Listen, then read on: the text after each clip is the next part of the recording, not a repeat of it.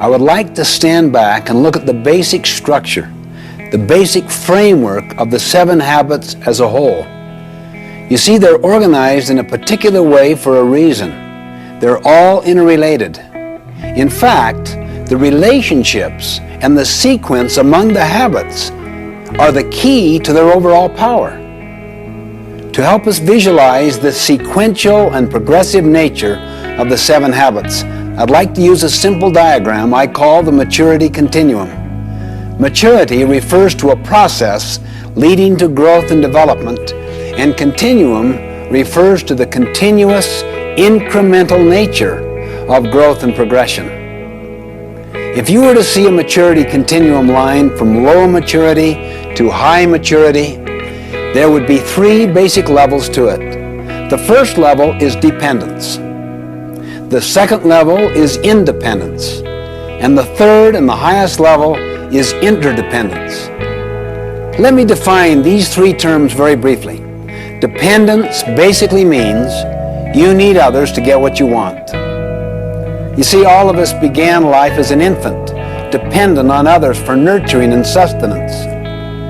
I may be intellectually dependent on other people's thinking. I may be emotionally dependent on other people's affirmation and validation of me. Dependence is the attitude of you. You take care of me. You come through for me. Or you don't come through. I blame you for the results. Independence basically means you are pretty much free from the external influence, the control, and the support of others. You think, you act for yourself. You're validated from within. You're inner-directed. You're self-reliant. You get what you want through your own effort. Like dependence, it is possible to be independent in various areas, physically, financially, intellectually, emotionally, while not being independent in other areas. Independence is the attitude of I. I can do it. I am responsible. I am self-reliant. I can choose. True independence of character empowers us to act rather than to be acted upon. It frees us from our dependence on circumstances and other people. It is the avowed goal of many individuals and also many social movements to enthrone independence as the highest level of achievement. But it is not the ultimate goal in effective living. There is a far more mature, more advanced level. The third and highest level in the maturity continuum is interdependence. If people were interdependent, what would they be? They would be very much like a marriage, a family, an executive team where they need to cooperate together in order to accomplish what I want, what you want, what we want together. In fact, we live in an interdependent reality. Interdependence is essential for good leaders, good team players, for success in marriage, for family life and organizations. Interdependence is the attitude of we.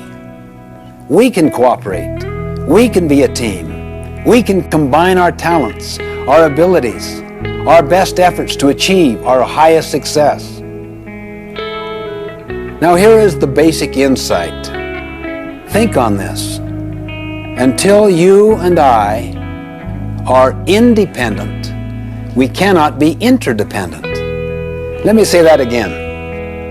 Until you and I are independent, we cannot be interdependent. In other words, we can't do calculus before we understand algebra. We can't run before we learn to walk. We neither can learn to work cooperatively with other people if we don't have internal self-mastery. That's why the first 3 habits, be proactive, begin with the end in mind, and put first things first, deal with self-mastery, self-control, self-dominion. They form the deepest part of our character. They constitute what I call the private victory, the victory over self. You see, private victories must precede public victories. To lead others effectively, we first must be able to lead ourselves effectively. For example, when I make a commitment to get up early and exercise, and I literally carry it out, I feel better. I feel better about myself. I have greater emotional strength. I have better physical energy. You see what that means? A private victory. As a result, I do better in all my relationships with others. That's the public victory. However, have you ever noticed the tendency to be irritable with others after failing to keep a commitment to yourself? I know, speaking for myself, I can usually trace my weaknesses, my failures in dealing with others to some flaw, some failure to win my own private victory. These first three habits lead us from dependence to independence. Then once people have control over themselves and have a measure of independence, they're ready to deal with the next three habits. Think win-win. Seek first to understand, then to be understood, and synergize, all of which helps us in our relationships with others, enabling us to be successful with people. Habits 4, 5, and 6 develop what I call the public victory, effectiveness with others. It's based on teamwork, on cooperation, and communication. Habits 4, 5, and 6 utilize our personality. They're more skill-based, and they lead us from independence to interdependence. That is the attitude of we, where we cooperate to accomplish desired results. Then habit 7, sharpen the saw, is the habit of renewal, of regular, balanced renewal in all of the dimensions of our life. It surrounds and encompasses all of the other habits. It is the habit of continuous improvement that creates an upward spiral of growth and development. Now, interdependence is a choice that only independent people can make. For instance, let's say you're my supervisor and I'm very dependent upon your opinion of me. I'm also dependent financially and intellectually upon you. But let's say you have some blind spots in your performance and you really need feedback. I'm aware of your blind spots. I also have enough skill to give you feedback. But would I do it? I wouldn't. I'm too dependent upon you. I'm too angry at you. I'm mad because those blind spots hurt me. I have what's often called a love-hate relationship. You see, the person you're dependent upon also controls you. If you don't get what you want, it makes you mad. So I wouldn't possibly give you honest feedback.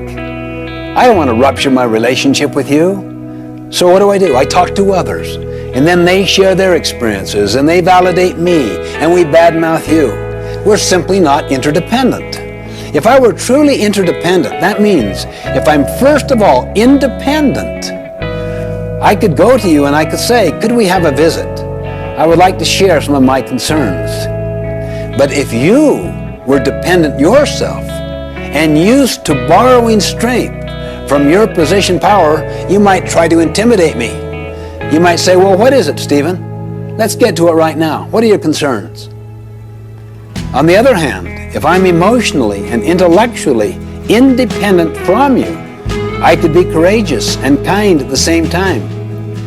I'm patient. I don't give up, but I don't give in. I could say, we need a little more time where we're not going to be interrupted. Let's do it at our mutual convenience. You would sense that you're dealing with a person of integrity, of power, of strength, of courage. You would also know from my professional development opportunities and the way I have exercised them, I've got about 10 other jobs I could go to at any time. You probably also know I'm the only one in your crew that isn't bad-mouthing you. I have no need to bad-mouth. I have no energy around your weaknesses. I don't want to do something to hurt you. I want to do something to help you, to overcome your weaknesses, or perhaps help you compensate for the deficiency in some way. So I'm most positive person on your entire team. I'm almost indispensable to you. Now, the first three habits develop that kind of strength, courage, and capacity. The next three habits help me know how to work effectively with you so that my strength does not intimidate you. I can empathize with you. I can read the needs of the situation. and figure out the best way to make the presentation so that the two of us can cooperate together and solve the problem. You would see me as the best source of problem solving on your entire team. Interdependence is where real freedom is. That's where excitement is. That's where adventure is. Their very best comes to the fore. That's the maturity continuum, the adventure of building powerful, interdependent relationships, interdependent teams.